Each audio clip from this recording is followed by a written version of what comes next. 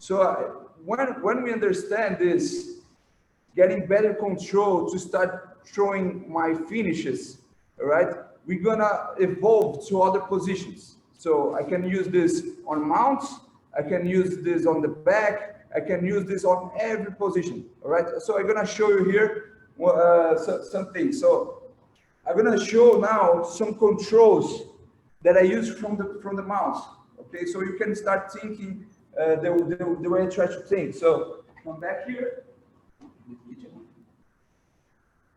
Let me just shoot this. So if you want to watch from that. So guys, what happens here?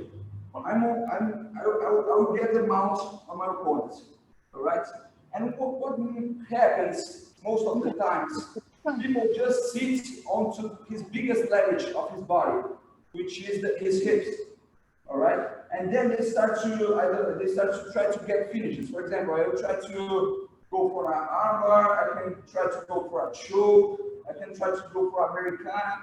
And when I'm sitting over his shoulders, his hips like this, it's very easy for my opponent to like hip bump, no, so much for this. He hip bump and he can like make me off balance. Sometimes I hear he holds my hand. He holds my hand and like he hip bumps to the side, and then he takes me off out of the mount, all right? Because I don't understand what's going on here. I'm just shooting for finishes without trying to control my opponent first. And that's what I want to try to understand. I want to always try to control your opponent before you start going to finishes, all right? So here on mount, we have some ways to control the opponent, but I have my favorite one, okay? For example, I'm going to show you some ways that you can control your opponents. I can go for a high mount, which when he bumps, he bumps, I'm out of his hip, right? This is very good already, all right? I can go to like a side mount, which like he can hip bump here too. I'm out of his hip, but this is not my favorite position because when I'm too high, I'll be aiming more for the arms, and I want to have like I want to be able to get the arm, I want to be able to get chokes, to get like a katakatami, and that's why I don't like to go very high on the mount. I like to stay low, but I have to, in order to stay low, I really need to understand the mechanics of his escape. Okay, so if I get out of his now. When he hip bumps straight up, this is not a problem, like a huge problem for me, because this is just going to make me off balance, all right? So when he hip bumps to one side, he bumps to one side, what happens here is that one of his hips is going to be very high and the other one's going to be low. So he's going to tilt his hip and do the hip bump. All right, so when he does this to the side, the energy comes all from just one side of the hip, all right? And if I understand that, I can control it, okay? So let's say I'm here, I'm gonna reach a low mount. What is a low mount? I'm gonna shoot my legs under his legs, and here I can have like my hip pressing down. All right, and if he tries to, if he tries to hip bump, I will just slide my hip. For example, he will hip bump here to his left. My left hip is gonna drop down. If he does that hip bump, I will drop my left hip down. So I will neutralize the power of his hip. Right, and if he bumps, I will neutralize. If you go to the other side, go to the other side, I'm going to scroll to the other side.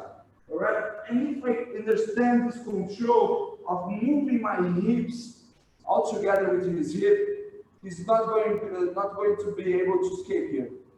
All right? And if I understand this, I can like control his hip, but I don't want to be guessing where he's going to hit bump. All right? So I can control the side that he's going to hip bump. And how is that? I can like hug his head, and like I don't want to use all my energy here, but I'm just gonna drop my weight onto his chin here. And when I'm doing this, I take him out of the possibility of hip bumping to the side that he's not looking at. He can only hip bump to the side that he's looking at. So if he's looking to his left here, the only side that he can hip bump is to his left. All right. So if you try to bump to his right, try to bump to nothing, he can't. All right. So he only has power to lift his hip to the side that he's looking at. So I'm here. If I just put pressure here and ask him to hip bump to the other side, hip bump to the other side, it's gonna be a very low hip bump. All right. But if he goes to the same side that he's looking, it's going to be very high. You see the difference here? Look the height of his hip. Look, it's not very high. Now to the other side, it's very high.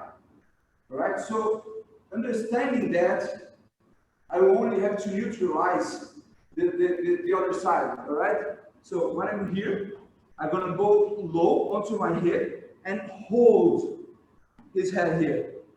All right. Once I'm here, if he tries to hip bump, I will neutralize using my hip. Now he can't escape this position. It's very hard. And now I can start, for example, pummeling. I will gain the underhook here. Okay. And then from the underhook, I can bring his elbow onto his head. And once I'm here, controlling his head and his arm all together, I can start going to various finishes. Okay, I can go to a katagatami. I can start to cross his arm around, and now I can go to an armbar here. So I can go to an armbar. I can go like I'm here. I can like shoot my arm up and get an Americana. Okay, I can shoot my hand onto his collar here and go for a choke. Okay, I can go for a Ezekiel choke. I can do all that without losing my position. Just by understanding the mechanics of his cape and by neutralizing it. All right?